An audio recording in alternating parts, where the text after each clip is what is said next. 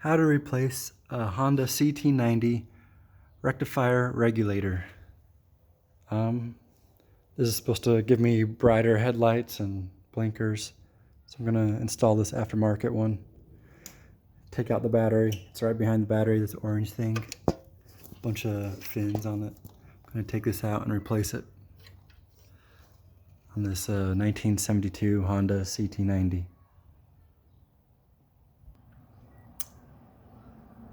It's a 10mm socket. Go right down on that nut. Mine's been painted, so it might have a hard time coming off. Just gonna use this extension.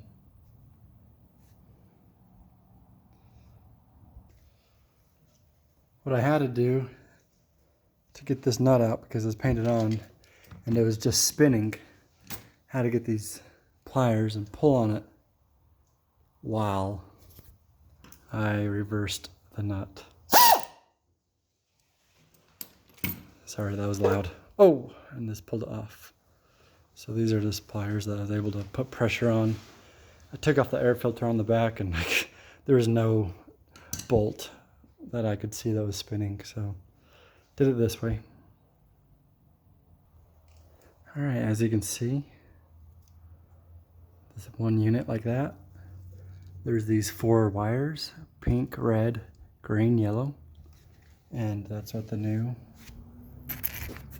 one has, pink, red, green, yellow. So I'll just unplug those and plug these ones into it. Came with a new bolt also.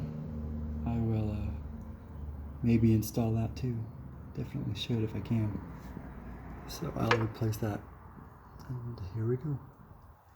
If you want to replace the bolt, you gotta take off the air filter. That was right here. Went up to here. And you have to loosen these 2 bolts. Maybe take them out completely because they're holding up the plate. Because the triangle plate on the other side, the top of the triangle is the bolt. So these 2 bolts need to be loosened. I ended up taking that triangle completely out. So these nuts were behind the air filter and this was behind the battery. So I'll replace this bolt, most likely. Okay, I put the bolt through the triangle, then through the silver rectifier. Then I put the lock washer on,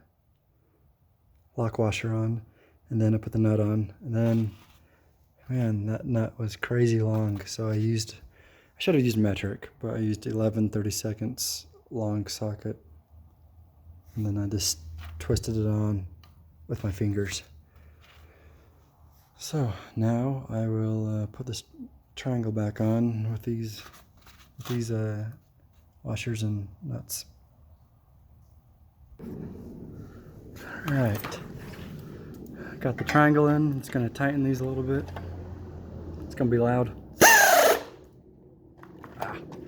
Probably too tight. Tighten this one now. Yeah, it'd be nice if I had a second person. Missed it on camera. That's all right. Now time to unplug the old wires one at a time and plug in the new one at a time. So I'll do unplug the pink, then plug into the pink into the new one. And I'll unplug the yellow, then I'll plug in the yellow, just to make sure I don't get them mixed up, even though I think both sides are color coded correctly. Yeah, it looks like you can't mix this up. At least on my motorcycle, all the wires are still original. So I'll swap over the wires. And whoever put those wires together back in 1972 did a great job. I had to get a plier, 2 sets of pliers, one on each side. You know, one to get that green one off, and they're all pretty tight. So I'm gonna have to use pliers so I don't kill my fingers pulling these apart. Okay, I lied. I unplugged them all before I plugged any of them back in. Spark plug wires. If you have a V8 or V12, definitely don't want to get those wires mixed up. But these 4 are color coded and pretty easy. Anyway, Got the old one off. Time to install and plug in the new ones. Alright, got them all plugged in. That was easy. The pink one, the old end was pretty loose, so I had to pinch it with the pliers so that it was nice and snug, because it kept on falling right out. It wouldn't stay in. So make sure they're in snug. Not gonna rattle out or shake out. Alright, time to hook up your battery and test them out. Sorry, my battery's not charged, and I'm gonna put on the air filter. I guess those will be other videos, but this is the end of this video. Thank you for watching. Bye.